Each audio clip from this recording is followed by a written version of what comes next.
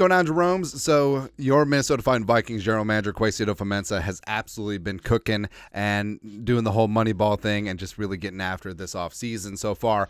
The Vikings have let go of Kirk Cousins and Daniel Hunter gone, made some great signings in free agency, gotten ahead on the comp picks, which we'll get to, as well as, of course, made that trade with the Houston Texans, getting a second first-round pick at number 23 overall. So now the Vikings have that immediate ammo at 11 and 23 to go up into the stratosphere and get their guys. That's right. Whether it's Drake May, whether it's Jaden Daniels, whether it's J.J. McCarthy, Dynamite, J.J. to J.J., Skull SU, don't know, man.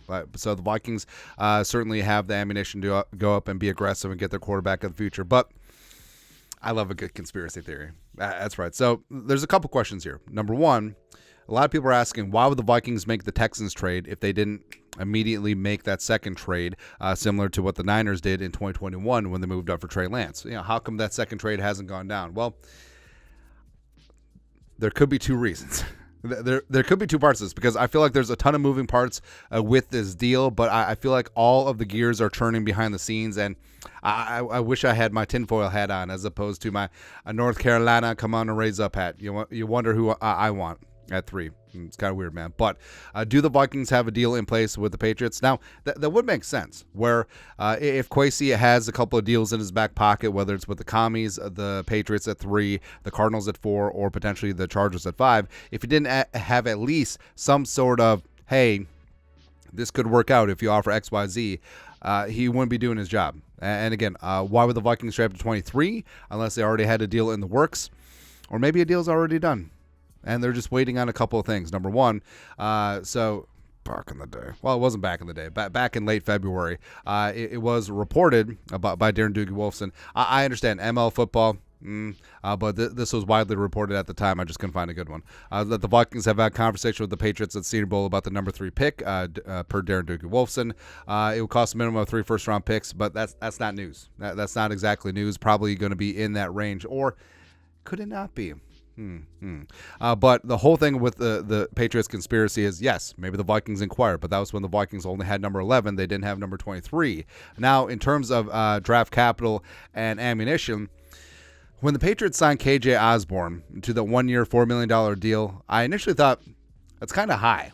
I saw KJ as maybe a 1-year league minimum with some incentives type dude, but $4 million bucks, it's kind of a lot. And also, the Patriots are kind of stacked at that wide receiver 3, wide receiver 4 spot. They just re-signed Jalen Reagor. They just had re-signed Demario Douglas was a 6th-round pick last year. They got Juju Smith-Schuster, and they just re-signed Kendrick Bourne. So, but with KJ and that $4 million bucks, that crossed the threshold of him counting in the compensatory pick formula. So, what if the Patriots slightly overpaying KJ, because yes, the Patriots have a ton of cap space, was a quid pro quo as part of the deal up to 3, because now with KJ counting in the comp pick formula, all of a sudden Daniel Hunter's 3rd-round pick comes uncanceled, where before it had been canceled off because of the Vikings' various free agency pickups. So now with the KJ Osborn deal on the books, the Vikings have 2.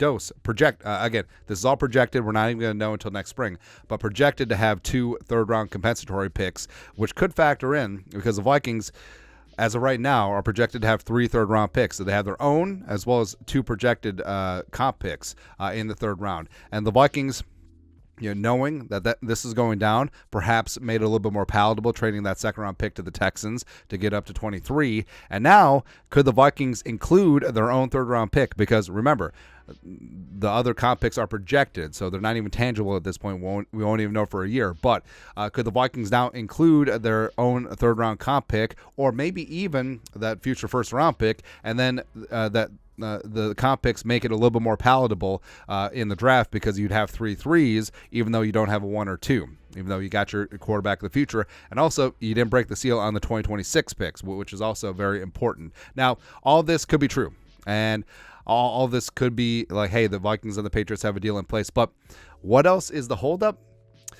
It all comes back to Kirk Cousins. Now, Falcons fan is going to be like, all up in your head, copium, blah, blah, blah, blah. No, this is legitimate. And I understand that, people have been sort of like hammering on the whole Falcons and tampering thing. Now, I don't think that the Vikings would just be given one of the Falcons draft picks. I think that if the Vikings had been a legitimate contender to re-sign Kirk, which I don't think that they were at the money that the Falcons were offering, maybe there could be a conversation, and there is precedent with Lance Briggs and the Niners from back in the day when basically the San Francisco and Chicago had to do a pick swap. But I think that if the Falcons are going to get punished, which I think that they will be, because first off, Kirk Cousins straight up admitted that he had a conversation with the team trainer, right? Which is a no-no because during legal tampering, it's only a permissible contact between the agent and the team. That's it. So Kirk calling the trainer, which obviously the Falcons would have a vested interest in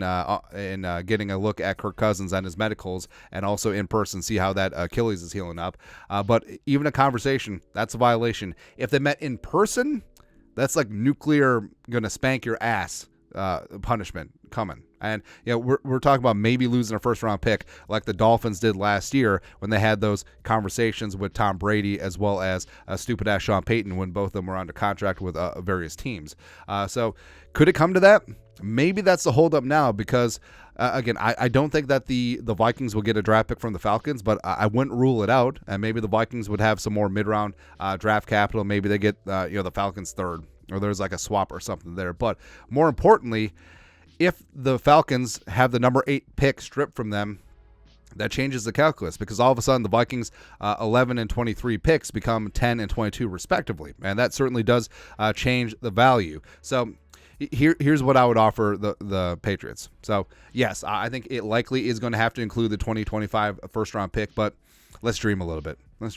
So the number 3 overall pick for 11-23 now. Again, maybe they're waiting on to see what's going to happen with the Falcons, or at least get a good sense of which way the wind is blown. If the Falcons are going to skate, maybe they just get the deal done. But if the Falcons are going to get spanked, maybe they hold out, because all of a sudden 10 and 22 is a lot more valuable than 11 and 23. And also, including a fourth-round pick, the Vikings do have multiple fourth-round picks this year. We'll give them the bad one. From the Lions at 129, and then a 2025 third-round pick. And again, that would be palatable because the Vikings are projected to have 2 third-round comp picks. And also, if they can find a way to protect their 2025 first-round pick, that would be huge. That would be huge. Although, again, I would include the 2025 first-round pick if that's what it took to get up to 3 and go get your guy. So, I mean, it's an exciting offseason, and it certainly is tangible. And we said that maybe Kwesi made the trade with the Texans just to have the ammunition, and if trades don't work out, you can still stick and pick at 11-23. But I truly believe that there's something in the works. It only makes sense that there would be something in the works, and I think if the Vikings trade up to 2 or 3, they can get it done. Meow. But, of course, they could be waiting to see what happens with the Falcons. And maybe, like we said, the KJ Osborn deal to get the Vikings that extra third-round comp pick was part of it. A bit of a scratch my back, I'll scratch yours, quid pro quo. But we'll see. It's exciting times, man, and I love a good conspiracy theory. That's right. But your thoughts are thoughts. Do the Vikings and the Patriots have a deal in place? Is it contingent on to see if Kurt was tampered with the Falcons? Who knows? Let us know your thoughts in the comment section below. You guys know what to do. Skull production value.